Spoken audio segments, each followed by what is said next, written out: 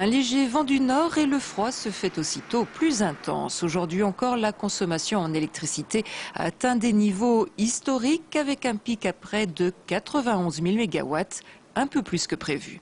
On voit la réalisation ici en rouge, donc avec un écart de l'ordre de 2000 à 3000 mégawatts, lié à cet écart de température qu'on constate entre les prévisions qui étaient faites hier et la réalisation qu'on a aujourd'hui au niveau France. En Rhône-Alpes-Auvergne, la consommation en électricité est en revanche conforme aux prévisions.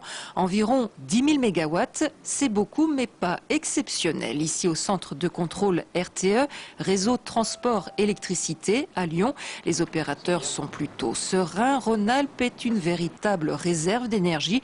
Elle fournit à elle seule plus de 21% de la production nationale. Aussi, quand RTE prévoit une demande accrue en électricité, il sait pouvoir compter sur ses fournisseurs comme EDF.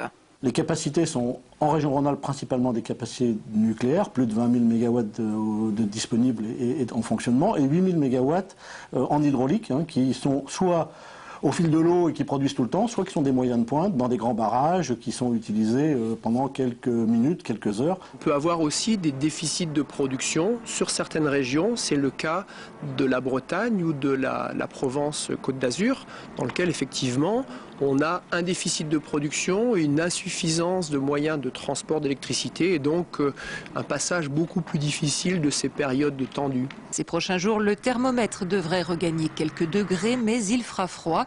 Aussi, RTE lance un appel à consommer un peu plus modérément l'électricité, particulièrement entre 17h et 20h.